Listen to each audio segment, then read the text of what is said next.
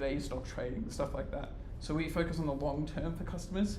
That includes a new Perla spending platform, which allows people to input all their bank data and then categorize certain spending categories. Any other questions? Yes? Oh, it's working? Wait, is this stream live? Oh, it is sweet. Okay, great. Can you hear me there? Oh, I have no idea. I hope everyone can hear me on the platform, online. I don't know, is the volume working? Yeah, he says Yep. it's okay. Okay, so let's start. So we've had our introductions. I'm Claude, this is Yasmin, and we're going to talk to you today about kind of Perla's technology, tech stack, and a bit more about what we do. So the agenda for today, we just have a little welcome. I'm going to talk about the welcome app, the mobile app. Yasmin's going to talk about transactions, and I'm going to go a little bit of surface level of our other work that we're doing, and then we're going to have like a kind of Kahoot at the end, where first prize gets $100, second and third prize I think gets $50 for investing on the platform. So mobile app, how can we facilitate a fast, responsive, on-the-go investing experience for users? So when I came on board on Perla, we had this one main problem. We have a native app, but it's based on Cordova. If no one knows what Cordova is, it's just a web wrapper for native apps. So you can have a native app that's on the App Store, Google Play Store, but you can't actually use any native components. So you can't do certain complex stuff like virtualized lists and scrolling on iOS and Android. You kind of have to be constrained to web things. We did actually have biometrics on the Cordova-based app, but the problem was it wasn't perfect biometrics, so some biometrics wouldn't work, especially on Android devices. So we thought, how do we get over this problem? Obviously, we're a startup company, small developing team. We don't have the likes of Airbnb that can go off and write half their app in native, half their app in React Native, and then start implementing Flutter, same with Facebook. So we wanted to keep all the work we've already done. We also don't want to scrap all the web code. We don't want to keep old work that's outdated on the Cordova app. So how do we keep this? We also wanted to do a slow transition. So we don't want to go full into native and then spend 2 years trying to develop a full app in native just to get the best user experience, but then for 2 years, customers are still stuck on that old Cordova-based app. We had to keep in mind heavy logic screens. So of course, onboarding process at Perla, because we're a stock brokerage, we deal with a lot of money. We have to do KYC, so we have to have verify identity, places like that. So we wanted to make sure that these native screens can deal with kind of high logic components. And another thing we wanted to think about is, can we possibly share this logic with our web? So we obviously don't want to have two different types of logic separated completely. We want to kind of put that into one. So what we came up is this kind of hybrid React Native, but still using a web view into that. So the base layer of the app is written in React Native, of course, and then we have this custom navigator. So what this custom navigator does is it still uses URL-based navigation, but the custom navigator goes, okay, do we have this in native form? So do we have a native screen of this? And in this app, the dashboard and the login screen is native, along with the slider as well. So it goes, okay, show a React Native screen. If we don't, which I think I might click on one here, but for example, the shares themselves are not native. They're still using the web wrapper. But the number one problem with this is you have this now cache of kind of API data that's split between the website and the native side. So if I go, say, I invest $100 into VAS, now my dashboard needs to update and say I now have $100 in VAS. But because my dashboard is in a native screen, this kind of data is split. So there was kind of two kind of aspects of every time you switch, you just reload the whole cache. But that obviously causes some problems with we're hitting the server too many times than we actually need to. So the best way was this kind of data layer. So this data layer kind of passes data between native screens and the web view. So what you have is every time I switch from a web view to a React Native screen, the custom navigator itself kind of requests data from the web view and says, give me all the cache you have at this point, and then it pulls it up into the data layer, and then that data layer can then share it with the React Native screen. So we kind of have this data layer that lets us keep web screens in sync with native screens. I think I show you here, yep, this is the switch between, I'm clicking on a share in the search is native side, but the share itself is actually in the web land. And obviously from this, we reduce load on the server by sharing the cache, and we have quicker navigation between screens. So obviously, we need to make sure that when the user clicks a share, if they're authenticated, they can buy. So by passing the data between them, especially the auth data, we know that we don't have to check the server if it's already auth, because we just passed verified auth data down, so we can instantly load that share page. And here's a more in-depth view of that data layer diagram. So in the center, we have a data layer. We have a persistent store. So if you've ever used React before, this is either context or a little global store called Zastan, kind of like Redux, but much, much smaller. And this stores stuff like pin codes for the app, any other kind of important stuff that you can persist between kind of app refreshes. So if you quit the app and restart, then we obviously have the cache store. So we use GraphQL as our database. So the cache store is actually really simple because it's just using an Apollo client that we can actually just pass data in between. Then we have our custom navigator that tells the data layer we're switching to a web screen now, or we're switching to a native screen. And then we have this screen navigation that kind of wraps everything. So if I go back and play this video, the actual title bar and nav bar itself is all done native side.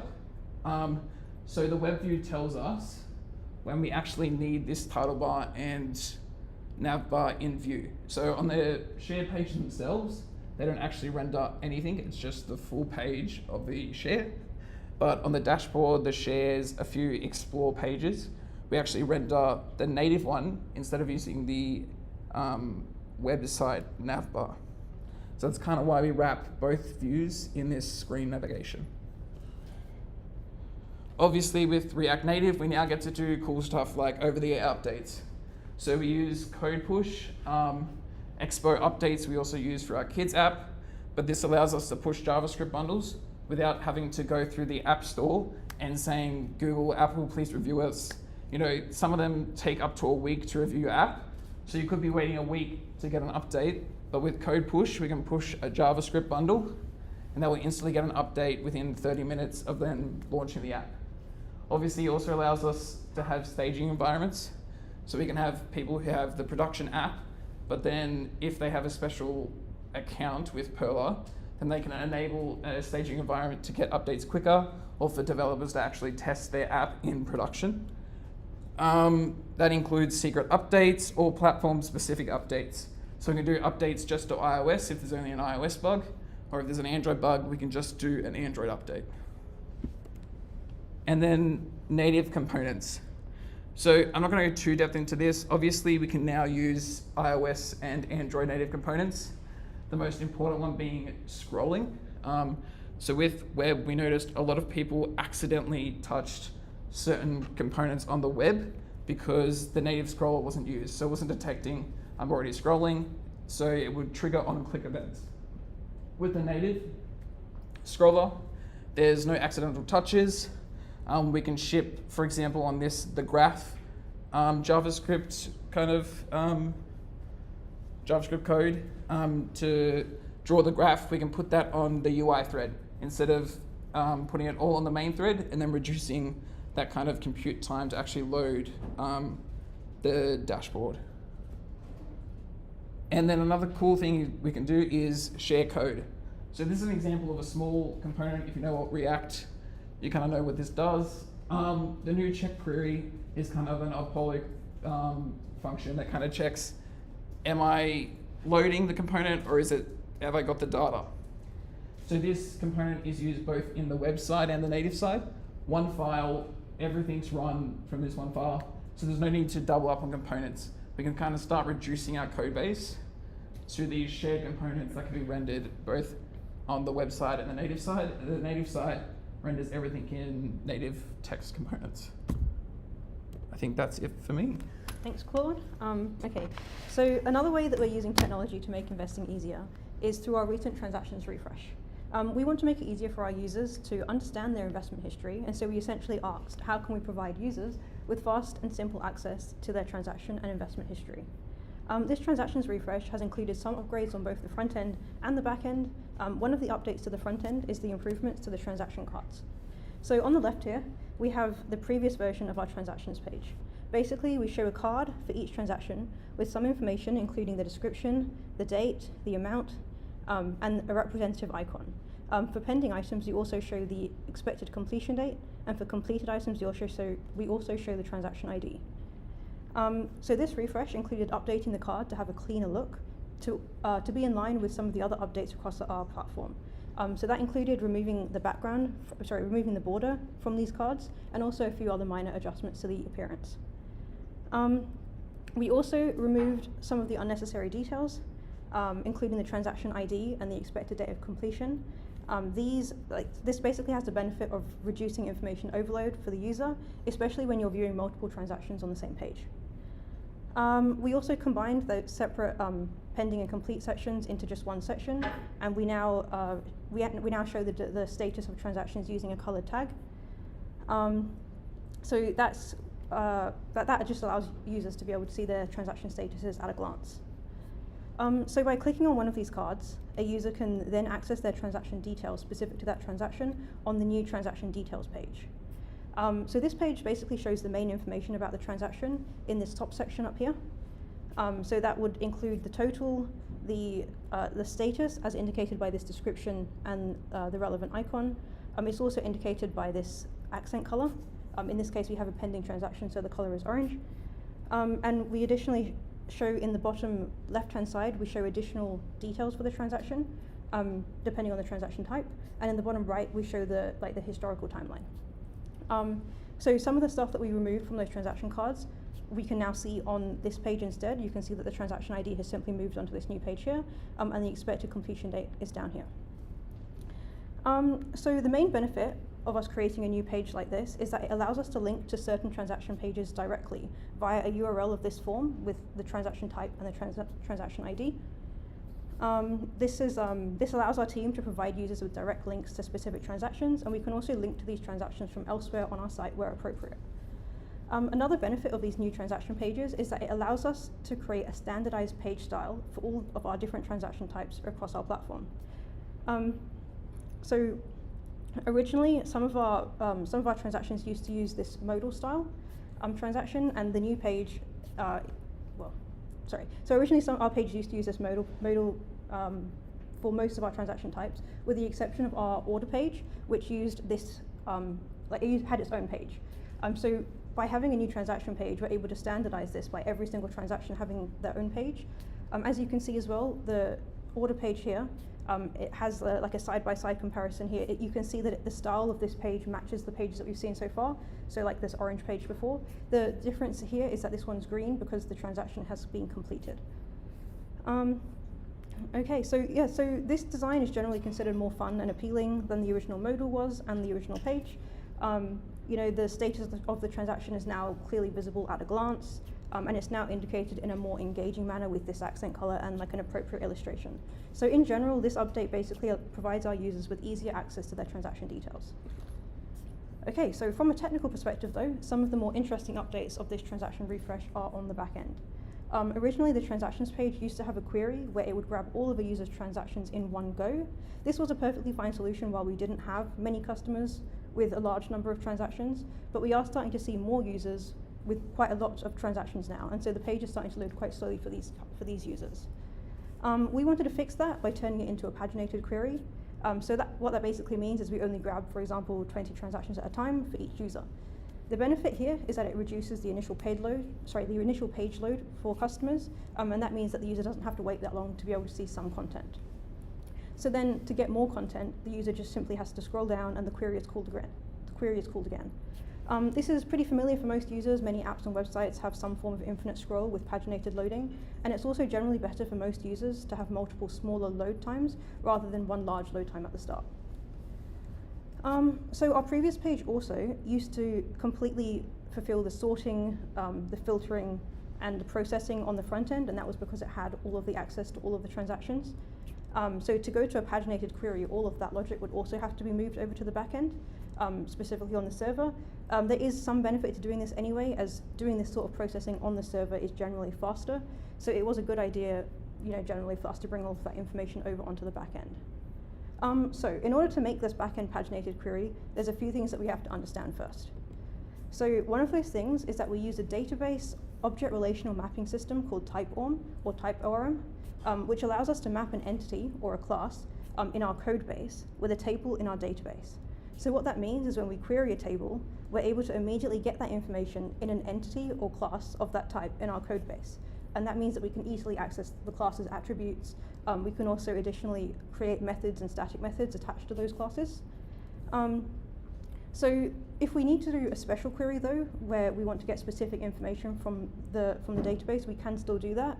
We can just get the raw information, but what that means is we won't get a class. So the benefit of that is that you can run whatever SQL queries you want, regardless of whether it will return a class, but it does mean that you won't be able to access any of the methods or attributes attached to any of the relevant classes involved in your query. So additionally, something else that we have to understand is that the transactions in our database are stored in different tables depending on what type of transaction they are. That is because we have different types of information that we have to store about different transactions.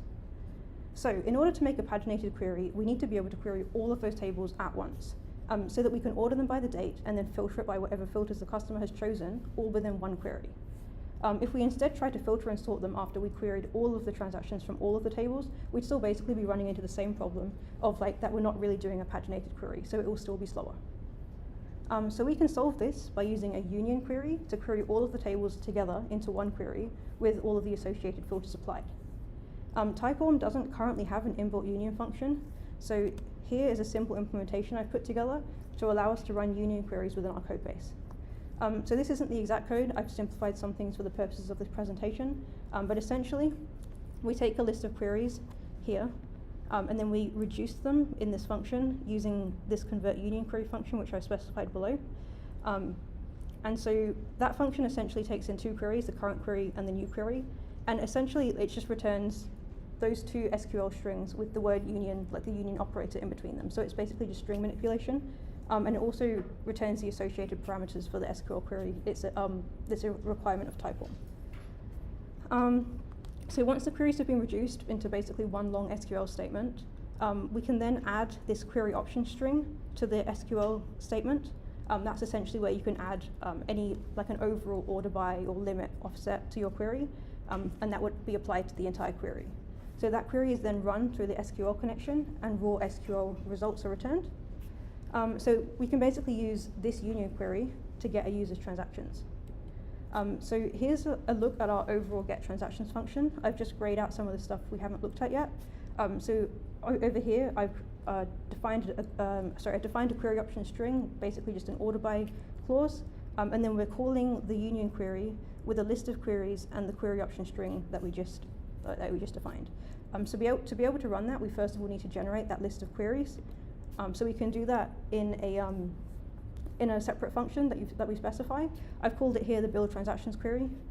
It doesn't really matter, but essentially what that function will do is it will call another function for every single type of transaction we have to be able to generate a query for each of those transaction types. So here is a generic look at what that individual function might look like. So as we're using typeORM, we can generate an SQL query using this abstracted method.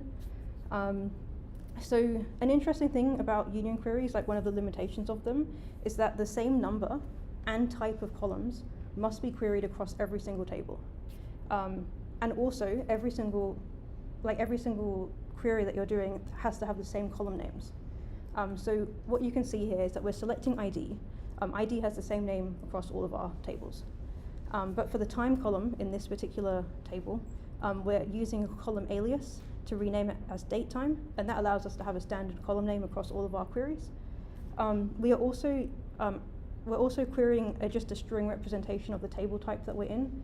That just allows us to be able to tell later which table the ID and time information has come from. We can then we also just limit this to the customer's trading account that we're using, and we also can apply any relevant filter options that can include the ones that the customer has selected on the front end. So if we come back to our overall function, so we can add those queries that we've just generated into our union query function, and then we can get a list of raw transactions, and that would include the information on the ID, date, and type, as we just discussed. Now to get the actual class information, we can create another function. I've called it here get transactions from raw. So in this function, we could just loop through those raw transactions and query the database, and then we could just get the class instances that way. But if we were to just loop through directly like that, we'd probably have to make about 20 separate queries, one for each of the items in the raw transactions list, so that can be pretty slow. So instead, we can collect the transaction IDs into arrays based on their type, and then we can query the tables only once to grab any IDs within the relevant array.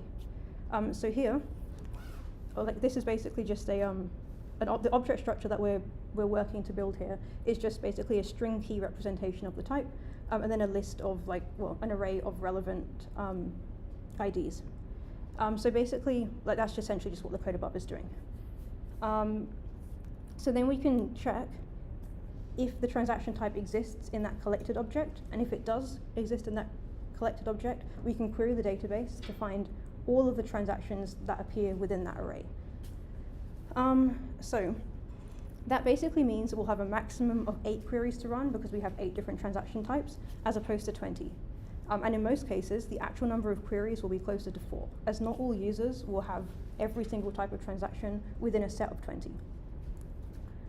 So now that we have the actual class information, which would be here in this transactions variable, we can then run them through a processing function to get more human-readable descriptions and standardize the type of information that we send over to the front end for every single transaction. So here, that's this process activity function that we're just calling within this this map on the transactions. We can then run a final sort by date to make sure that we're organizing it in the right order, and then we can return a process transactions list, basically, which is it's just information that simply has to be displayed on the front end on those transaction cards that we talked about earlier.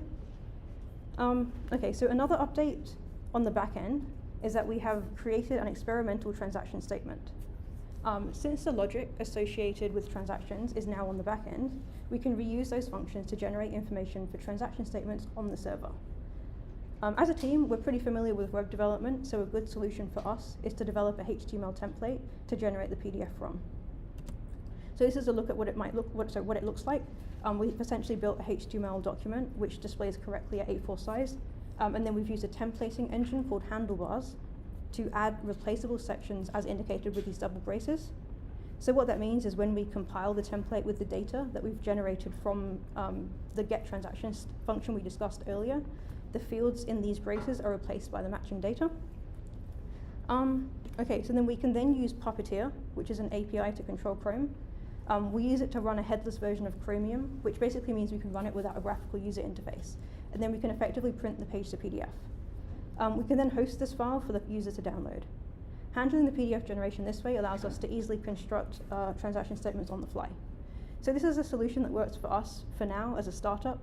There's a potential that we may move to more explicit PDF generation in TypeScript as we scale up. Okay, so some of our other engineers have been integrating technology into various updates and new features across our platform. Some of these include a new update to Perla's auto-invest feature called Automate V3. The Kids app, which is an app that allows parents to easily invest on behalf of their kids. Tracking and analytics for goals and performance. Explore, which is a super section for education, and also a super marketplace. So I think just here on the right, just so you can see this far right image is an image of what the Kids app is going to look like, and this is an image of our Automate version 3. We'll now move on to any questions.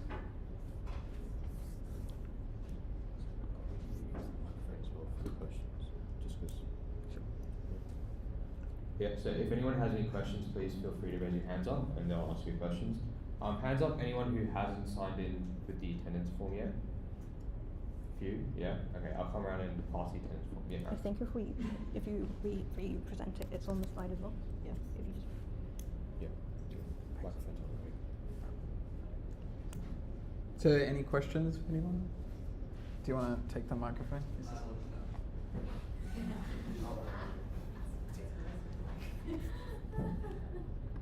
Just a sort of summary question earlier on, I think I just missed it at the start. What would you say the hardest thing and probably the best thing about making a shared base between the web and app is, like the hardest and the best part of it? Yeah, so the hardest would definitely be, there's two parts to that. React Native can sometimes be very messy and annoying to deal with. Like, sometimes you might come one day and it works completely fine, the next you didn't really change it, and then now it won't build again. Sharing components, the hard part is, especially because we were web first, is making sure you don't include any web only packages into importing. So React Native has this great thing now where you can do .native.tsx or .native.jsx, where you can kind of split up the code base so that you kind of only have one import, but then you have these two splits where you can further define certain native packages versus web packages. But getting it, there's a certain barrier to where if you try and do too much sharing, you're obviously going to have much more of a pain.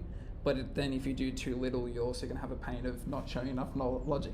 So it's kind of a balance, walking in kind of a balance beam of not doing too much, but not doing like just doing enough.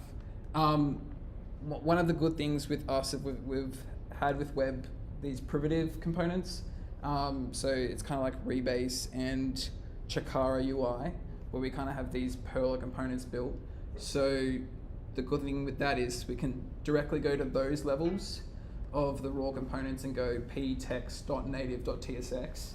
So then all our imports are the same, our components are the same, and the actual bundler metro will choose to import the .native file instead of choosing the normal .tsx file. But obviously it doesn't work well with types. So TypeScript will only see the .tsx file and kind of won't change to the .native file. So that's where you kind of gotta just deal with it sometimes, and yeah. Yeah. You mentioned that you have a staging environment, and I'm just curious, like, who exactly uses that? Do you have a beta testing group, or is it just the developers who review each other's work? Yeah, so the staging environment for the app itself is currently developer only, and it's currently me only. But it's a little switch that, so anyone who has a Perla account, there's also an extra parameter where you're an employee. So anyone who's an employee can actually turn that switch on, as well as other features like seeing certain native screens that aren't public. But employees only, but there is this like a next stage where customers who want to try new features to actually get that kind of switch. Any other questions?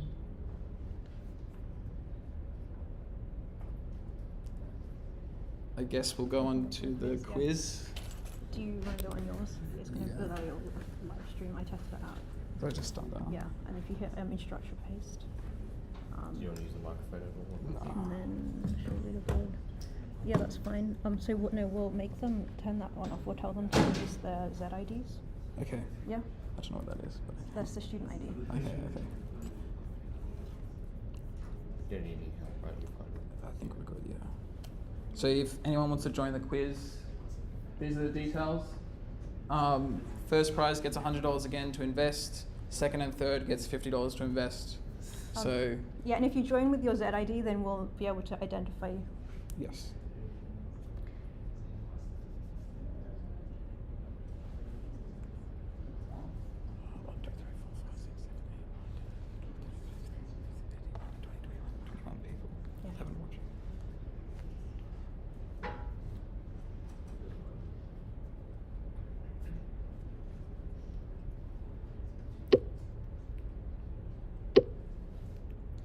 probably want to have your ZID in your name.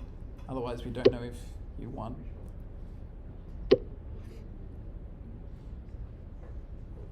Yeah, and you can just download the results. I tried it.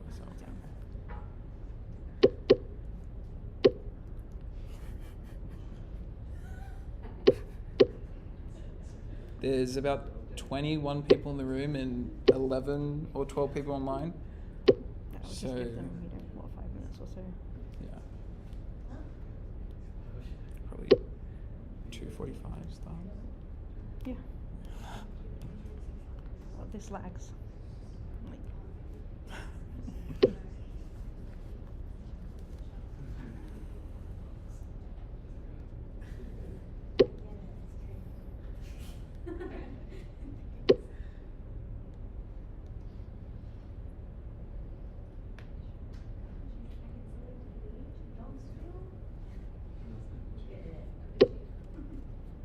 Oh, it has music. Should I? So you know. Yeah, you can turn the volume off if you want. Is it gonna like replay? What do you mean? Oh wait, no, because I don't have the stream up. That's right. It's gonna say it's gonna like echo. Oh no, because my volume's off. Okay, yeah. We'll give everyone 1 more minute just in case.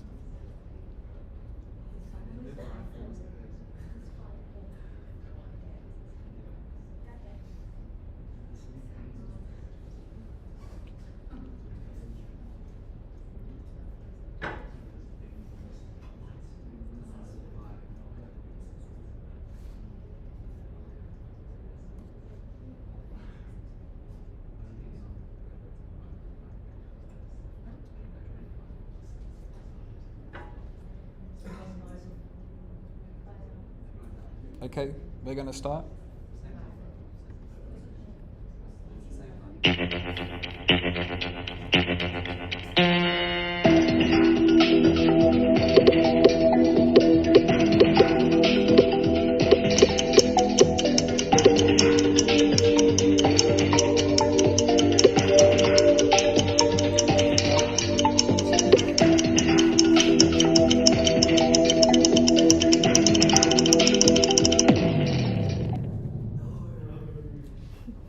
I guess I tricked some people with original in the question. But it was Cordova. Yes, I seem to trick a lot of people. Do I have to click next? Yeah, you or- click next question.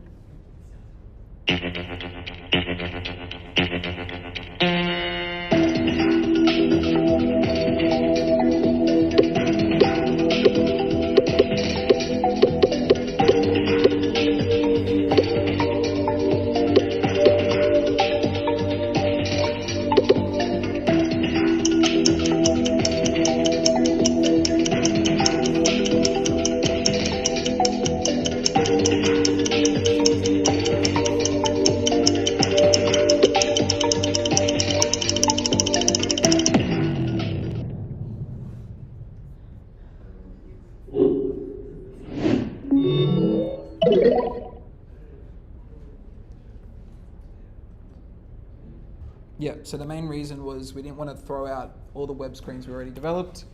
It wasn't actually shared components.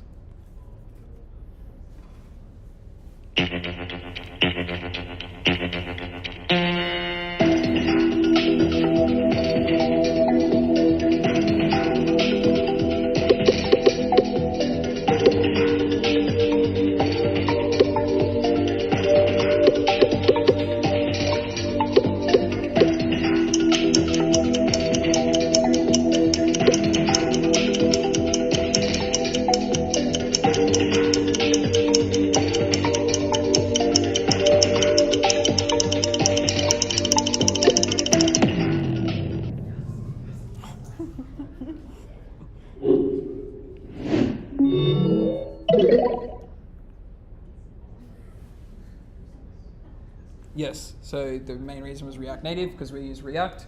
We can kind of share components with that.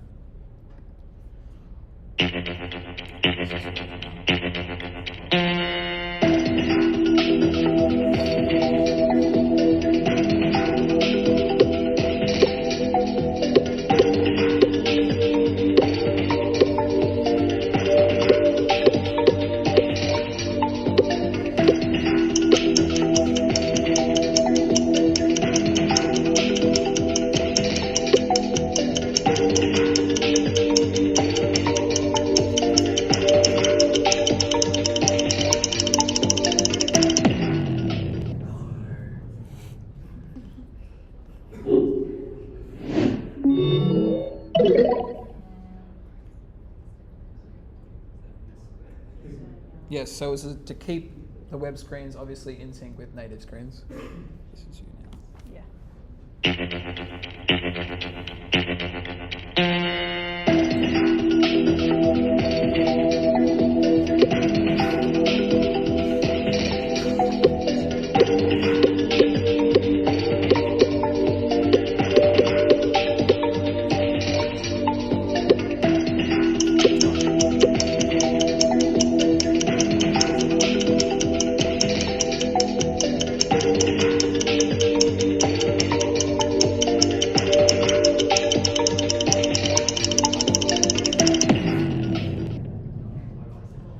I was like, I bet you.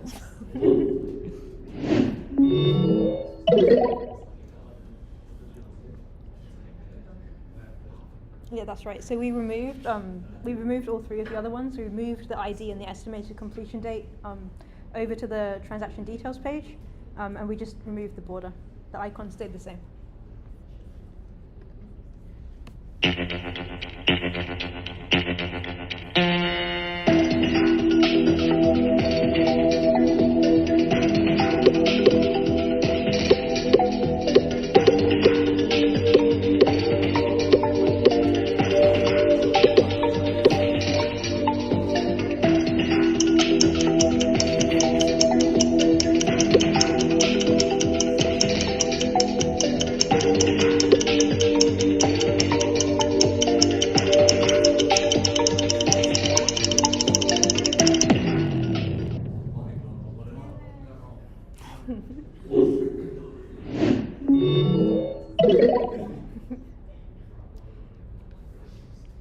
Yeah, so this was a bit of a trick question to an extent. All of these are kind of benefits, but the main benefit for us is that we can link directly to it. That helps both our customer service team, and it just helps us internally as well. Just be able to link directly to transactions.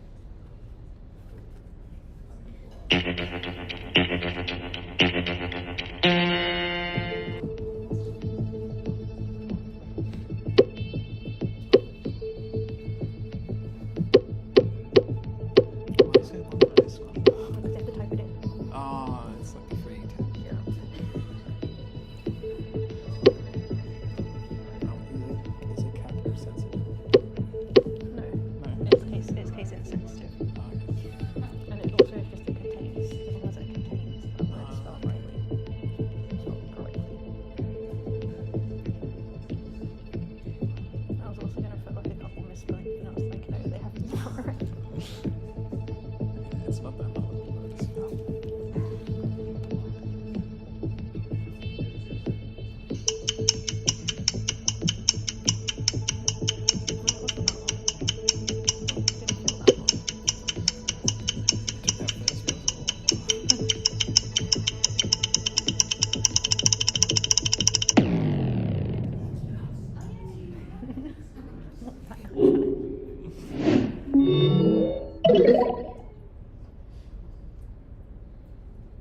Okay, awesome. Most people got it.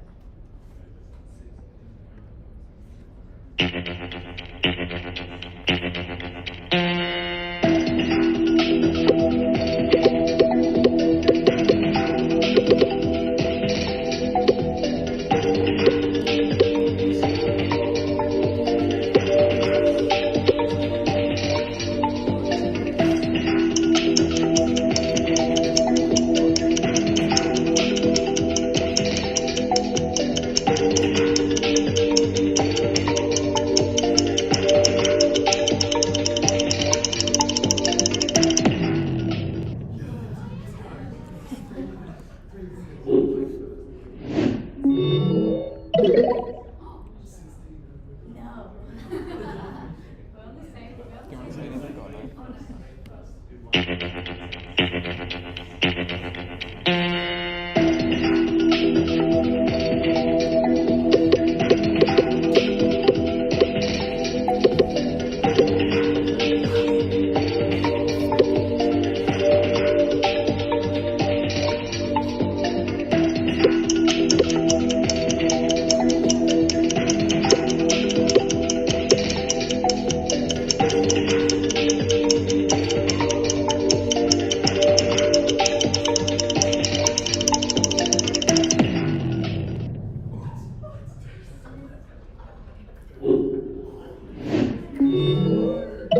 Someone's like really far ahead. Yeah.